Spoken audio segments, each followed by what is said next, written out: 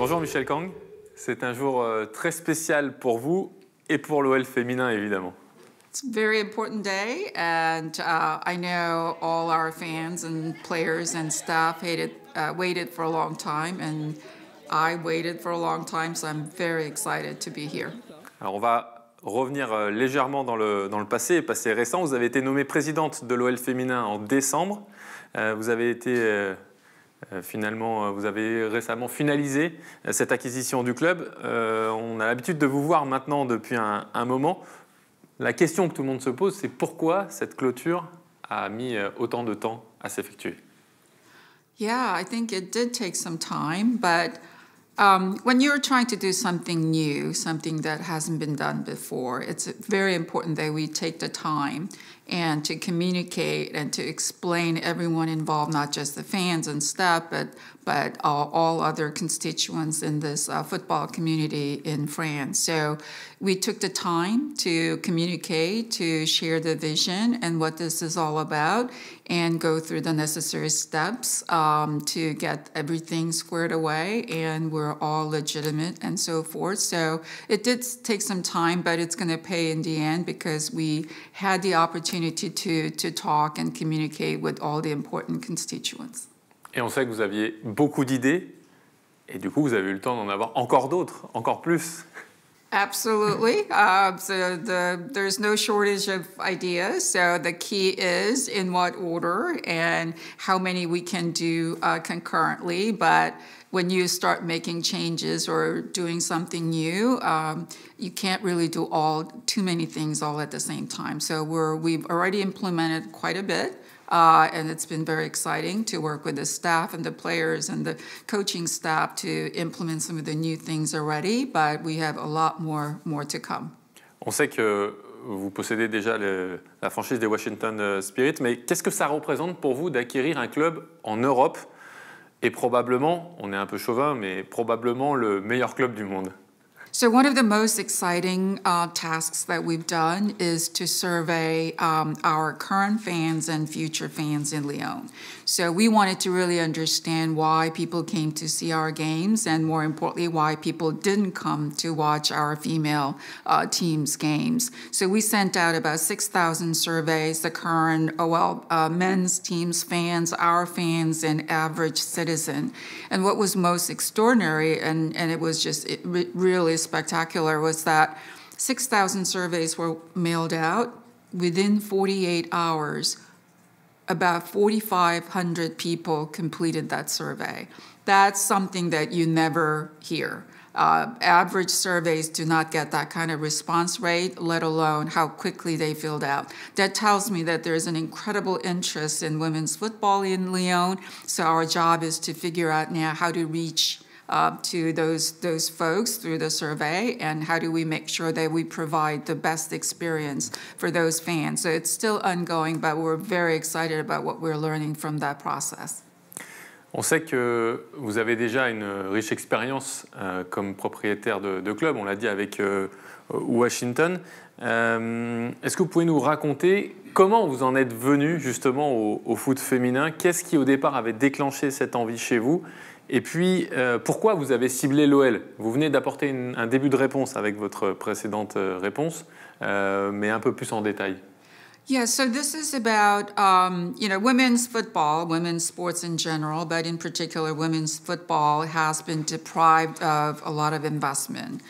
Resources have not been really available to ensure that the female players have the best training and playing environment. So that really drove me to say that it's about time that we pay attention to women's sports and give them the best available training and playing environment that men take for granted. And that meant that, it's not just the Spirit, it's many other teams, all other teams that need the resources like, women's health issues, athlete performance issues, even as little as cleats, boots that are designed specifically for women versus men.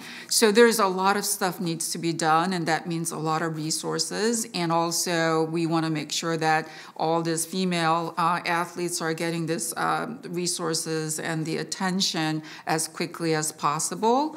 Unlike men's football situation where there's enough media dollars and sponsorship dollars, so each team can spend adequate resources for their teams, but unfortunately female teams don't have that kind of resources. So I wanted to pull more teams together so that we can have the scale, so that we can do the research or the analysis at the level, the scale that's warranted. So that meant that we need to pull some of the teams together, but then at the same time accelerate this research and the availability of these resources so that, we don't have to wait, one country at a time or one team at a time, but it's available all at the same time so we can accelerate the growth of women's football more quickly.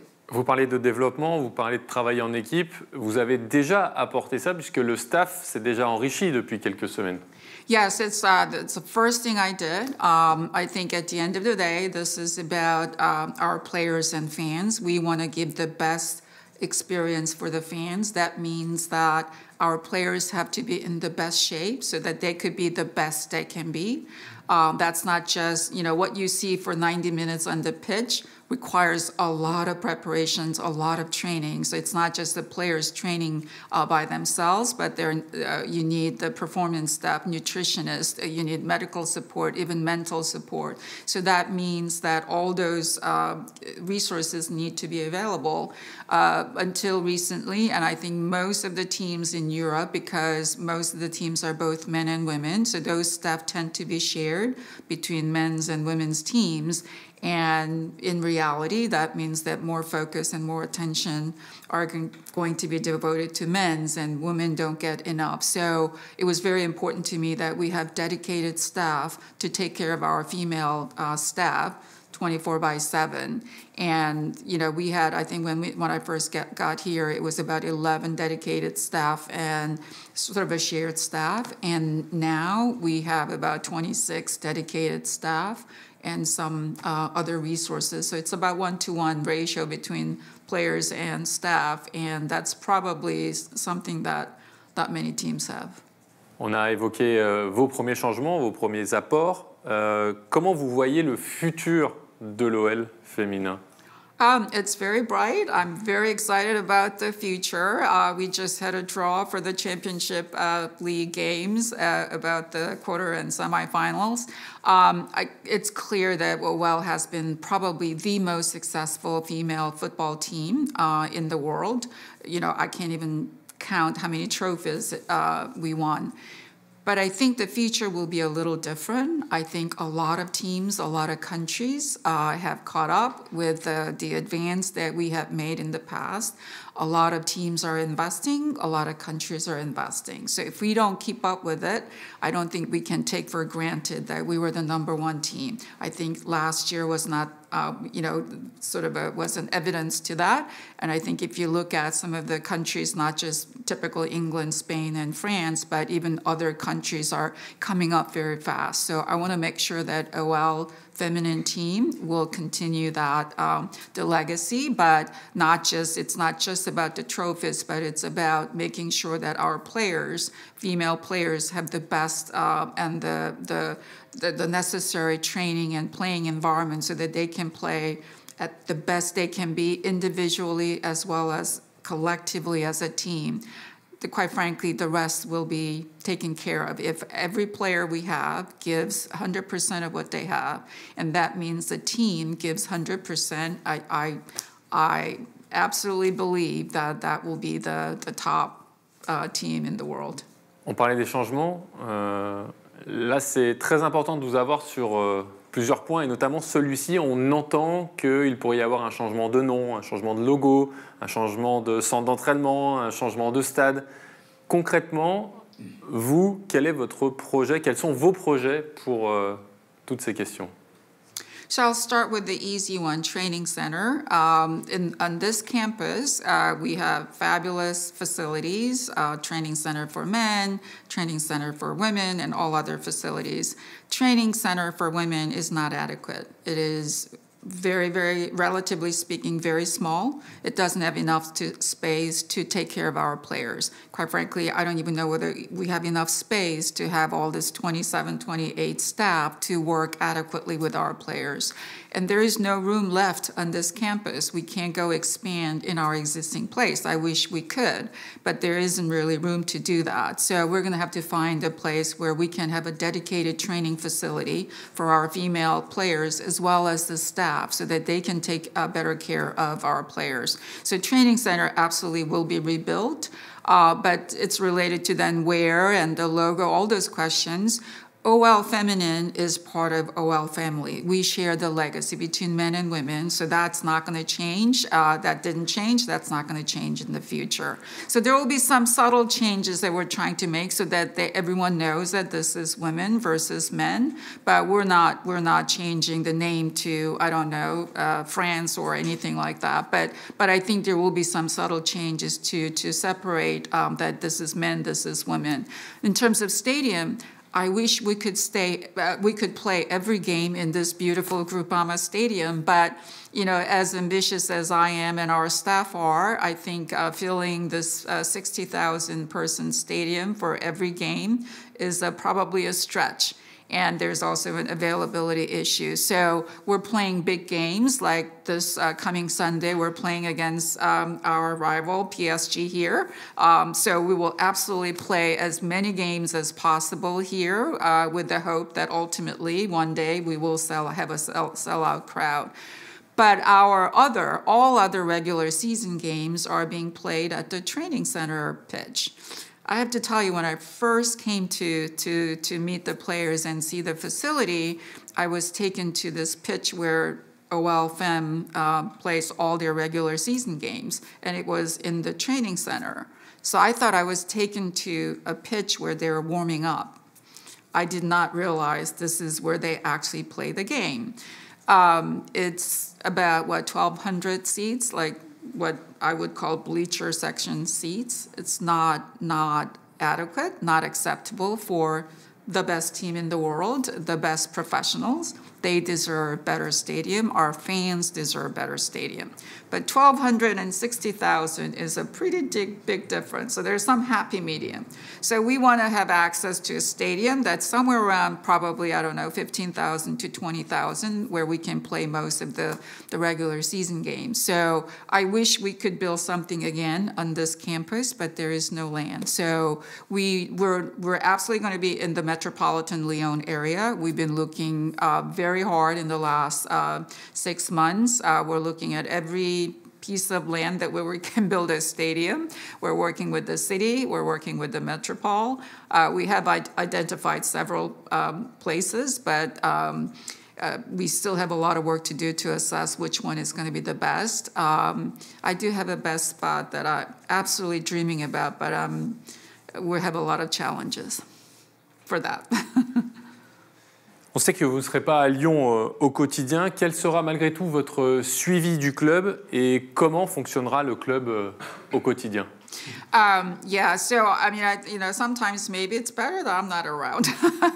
But yeah, I will be coming to every game as much as possible. Of course, clearly I can't come to every game that they play, but I think I have, even in the past 6 months or so, with the staff and the players. I'm in constant communications, clearly, with the coaching staff, the player, as well as of course, the business office. So that's why we have established a structure where we have CEO for the entire club, which is Vincent, who graciously took that position. So he's effectively the CEO for OL Feminine. So he's leading on a day-to-day basis this club, and he and I are in constant communications and strategize together, go to meetings together, all that. So I may not be physically here, but I am here 24/7. Vous avez été nommé à l'ECA. Est-ce que c'est un premier pas avant d'autres? Et pour le dire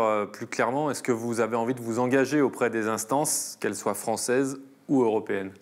Yeah, the way you impact and make a difference in any organization or community is not necessarily taking any kind of position in any organization. Clearly, in France right now, we have 12 teams. I think to make the French female league successful, we need all 12 teams to work together. And just because one team or two teams are really superior to others, that's not necessarily a formula for a successful league. All 12 teams need to be very competitive and present exciting, product and games to our fans. So my goal is to work very closely with those 12 teams, share our best practices. I'm going to visit as many away games as possible so that I can get to know them. So, for example, I was at the FFF meeting yesterday where all female team owners met. And I was able to meet with a lot of team, leadership team as well as some owners. And I plan to work very closely with all those teams on the ground, marketing best practice, training women as women best practices. We're planning to share all those things as much as possible with every team. So we need to all work together. And that's how I want to work in this league. Justement, est-ce que vous pouvez nous partager quelques idées que vous avez pour faire avancer encore plus la professionnalisation du foot féminin en France? Yeah, so I think there are multiple aspects to professionalizing women's football. And I think, I'm not necessarily saying they apply in France, but for example, some of the criteria are, for example, stadium, right? Where we go play our professional games.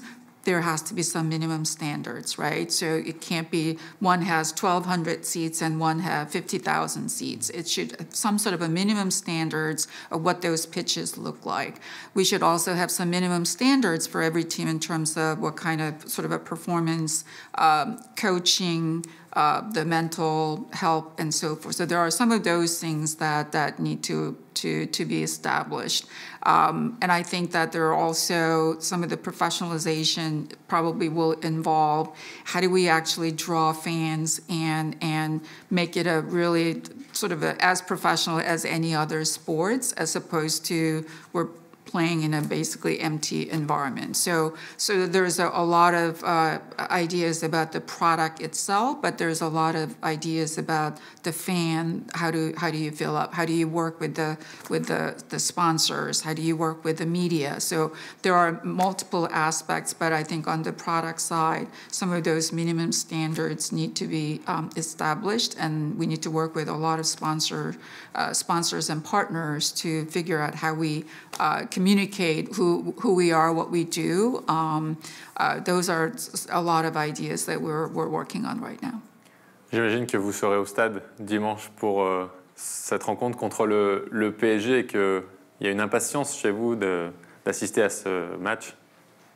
Yes, absolutely. I'll be there. I won't miss that game. So yeah, I want to tell all the fans watching this video, you have to come out and support our fans. If you ask most of the players, what's on your wish list? It's not, I want to get paid more, I want to get a fancy car. It is, majority of them have told me their best wish is to play against the best players in a sellout crowd. So we need you. I want you to come and watch our players play the best soccer. Oops, I said soccer. That's all right. Don't worry about that.